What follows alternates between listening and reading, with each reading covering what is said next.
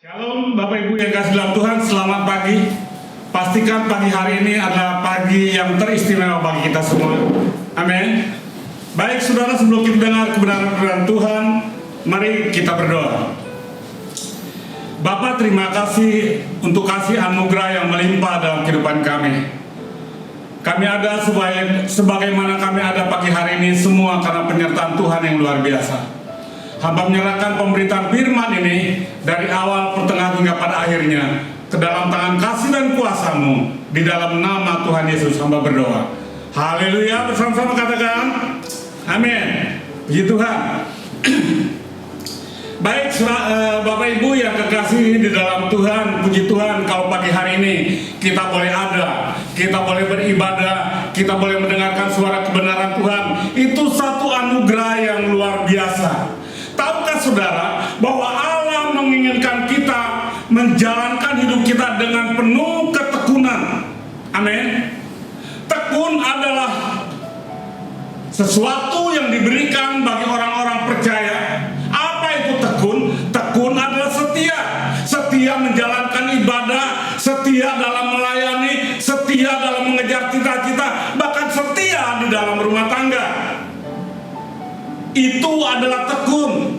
Saudara, saya percaya bagi anak-anak muda, kaum muda, pada saat saudara jatuh cinta, saudara melihat seseorang, apakah itu wanita, apakah itu laki-laki, pada saat saudara tekun mengejar dia, pastikan saudara akan mendapatkannya. Hanya orang-orang yang tekun yang dapat bertahan dalam menghadapi tantangan dalam hidup ini. Amin. Baik dalam masalah rumah tangga, baik dalam susahnya kehidupan,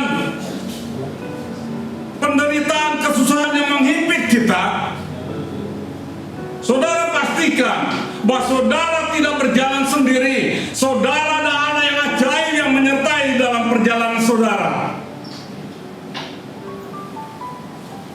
Hanya orang-orang yang tekun yang bisa bertahan menghadapi tantangan dalam hidup ini.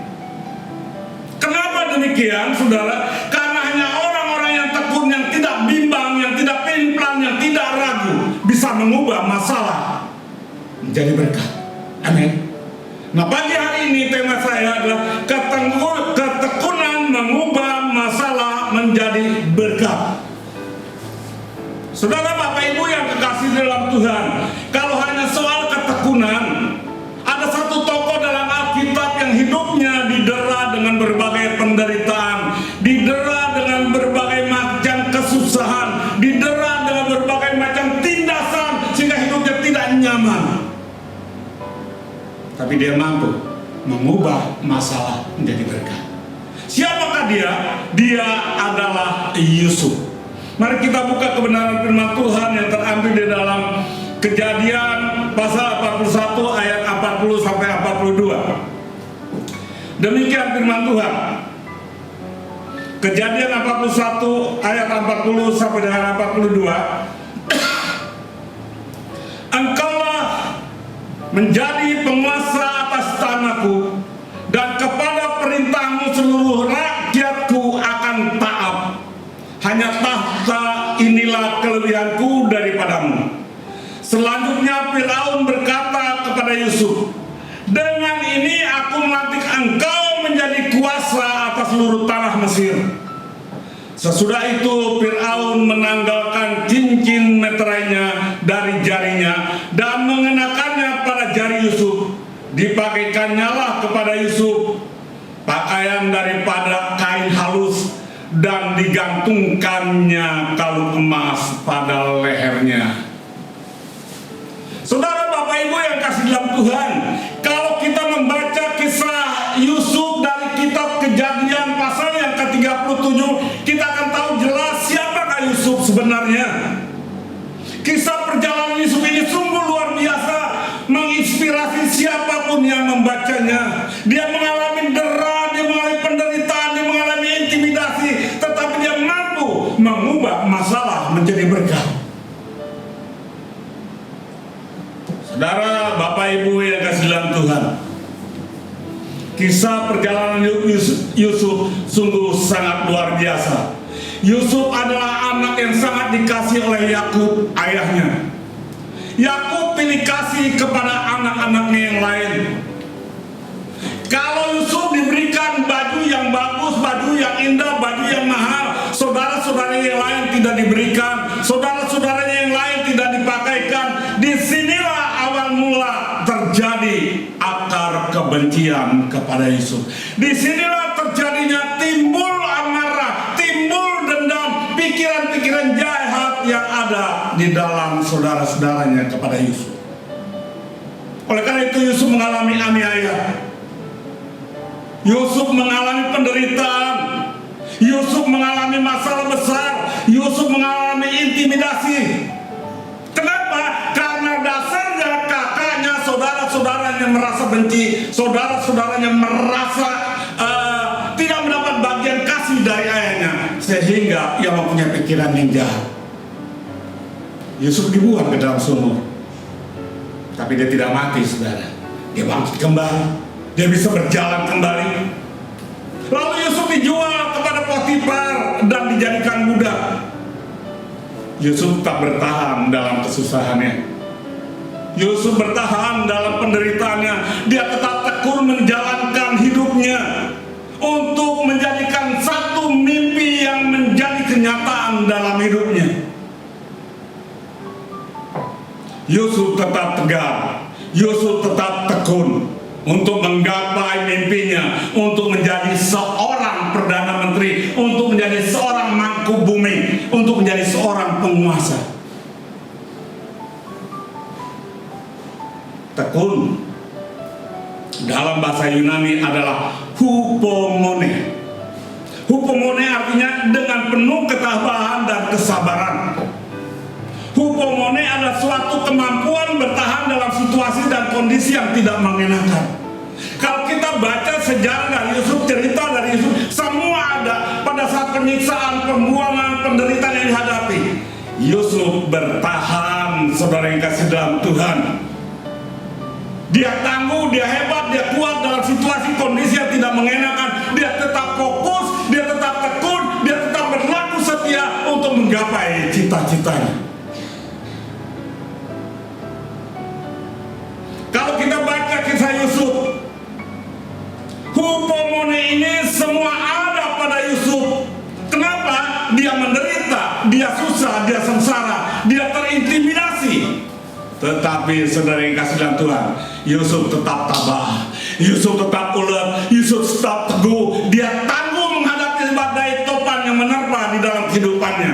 Masalah, himpitan, silih berganti. Tapi Yusuf tahu, pada saat yang menjalankan dengan setia, dia akan menggapai seluruh janji-janji Allah.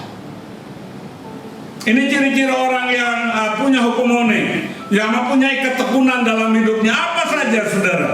Yang pertama, orang yang punya hupomone, mempunyai ketekunan, dia hidupnya tangguh. Yang pertama adalah teguh. Yakobus 1 ayat 6 berkata, hendaklah yang memintanya dengan iman dan sama sekali jangan bimbang. Sebab orang yang bimbang sama dengan gelombang laut yang diombang-ambingkan kian kemari oleh angin. Orang yang bimbang tidak akan pernah mendapat apa-apa, saudara. Orang yang ragu-ragu pasti dia akan stop di tengah jalan. Olehnya tetap teguh, tetap tangguh, tetap ulet, sabar, tabah, dan maju terus. Yusuf punya pendirian yang teguh, saudara. Dia tidak bimbang, dia tetap tekun pada tujuannya untuk menjadi seorang perdana menteri. Dia tidak lihat kiri kanan, dia tetap melangkah dengan iman. Dia harus gapai dan terima kuasa itu dari Firaun. Seorang yang mencapai tujuannya harus teguh, saudara. Enggak pelin-pelan, enggak ragu-ragu, enggak bimbang. Kenapa? Orang yang bimbang, orang yang ragu-ragu, orang yang pelin-pelan, orang yang tidak punya pendirian di dalam hidupnya, dia tidak akan mendapatkan apa-apa. Semua mengalami gagal total.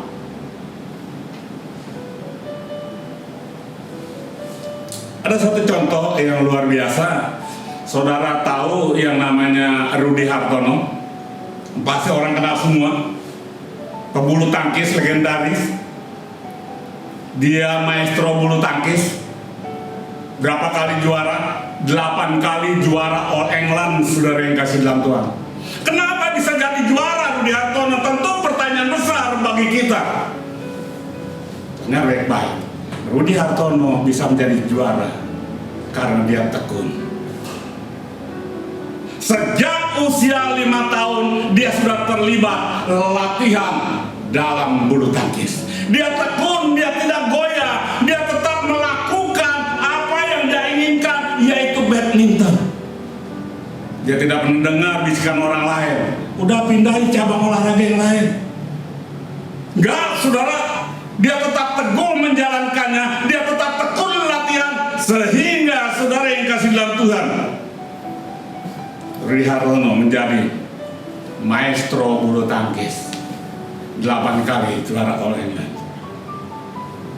Nah, Yusuf tidak goyah, saudara. Sekalipun penderitaan dan sengsara menderanya, Yusuf tetap tekun melakukan perjalanan hidupnya. Yusuf tetap tekun berpegang pada janji-janji Allah, dan pada akhirnya, di balik penderitaan itu, Yusuf menjadi penguasa di Firaun. Dia menjadi perdana menteri. Luar biasa, disematkan cincin itu di jari manisnya. Cincin yang bermeterai diberikan kuasa untuk menjadi penguasa dari kerajaan di Firaun, sebagai simbol bahwa Yusuf sah dilantik menjadi perdana menteri. Dengar baik-baik. Kenapa? Karena dia tekun. Masalah boleh ada, tantangan boleh ada, tetapi orang yang hidup berkenan pada Tuhan, Tuhan tidak pernah meninggalkannya. Amin, saudara. Itu kan.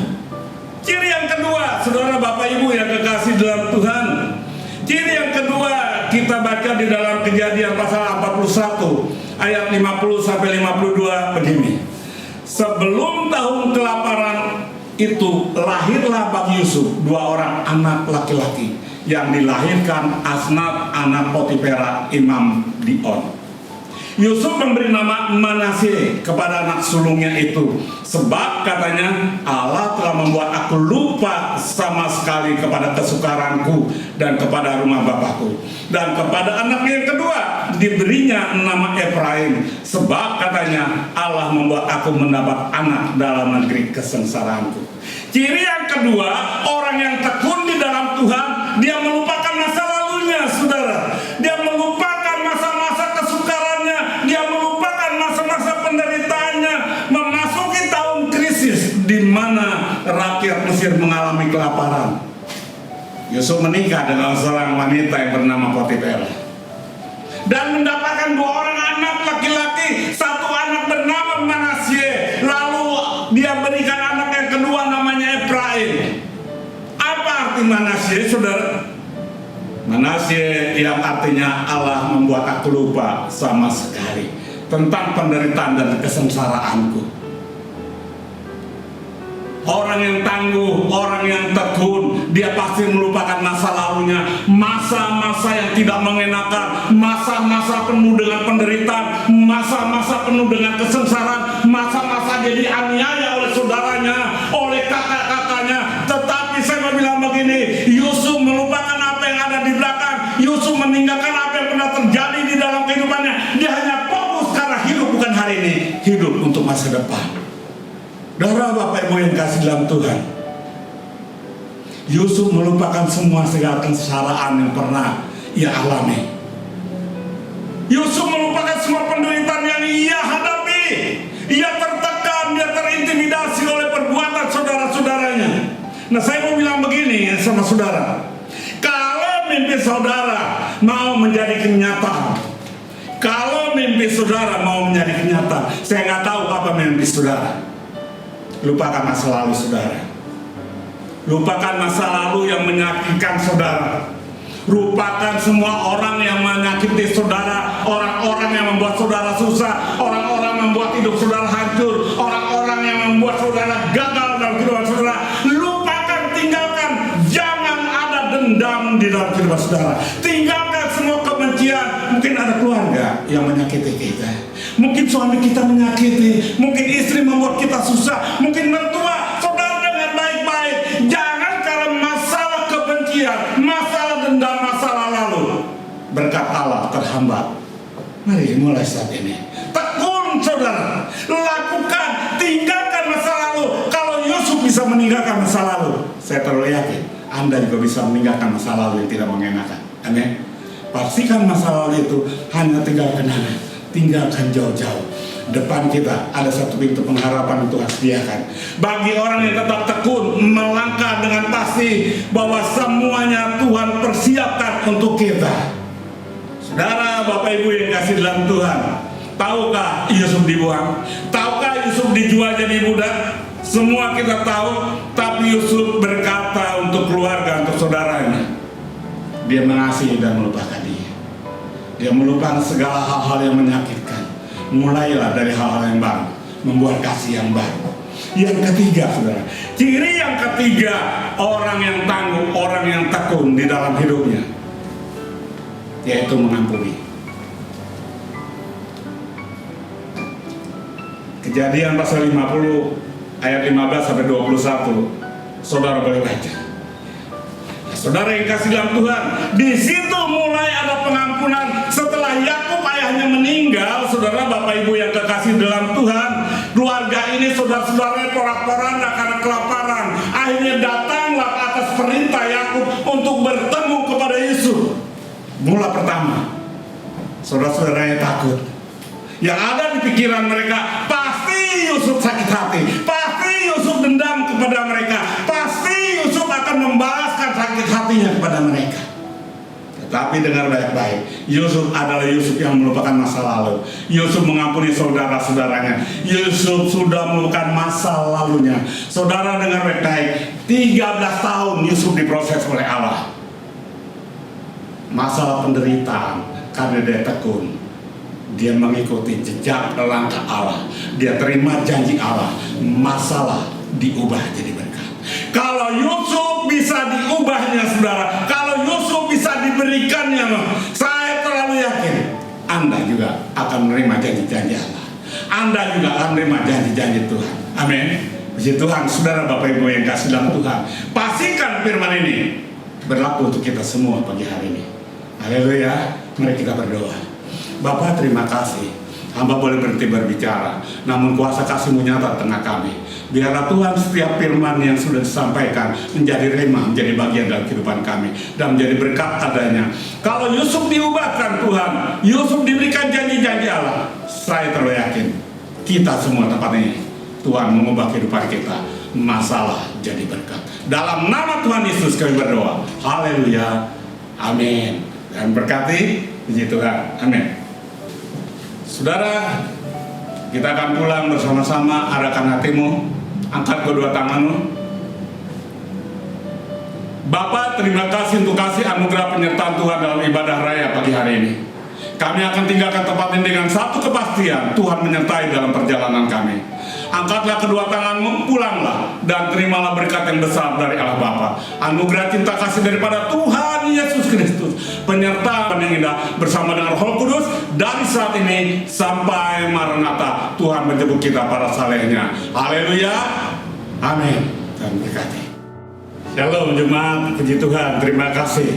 Pastikan saudara diberkati semua pagi hari ini. Amin.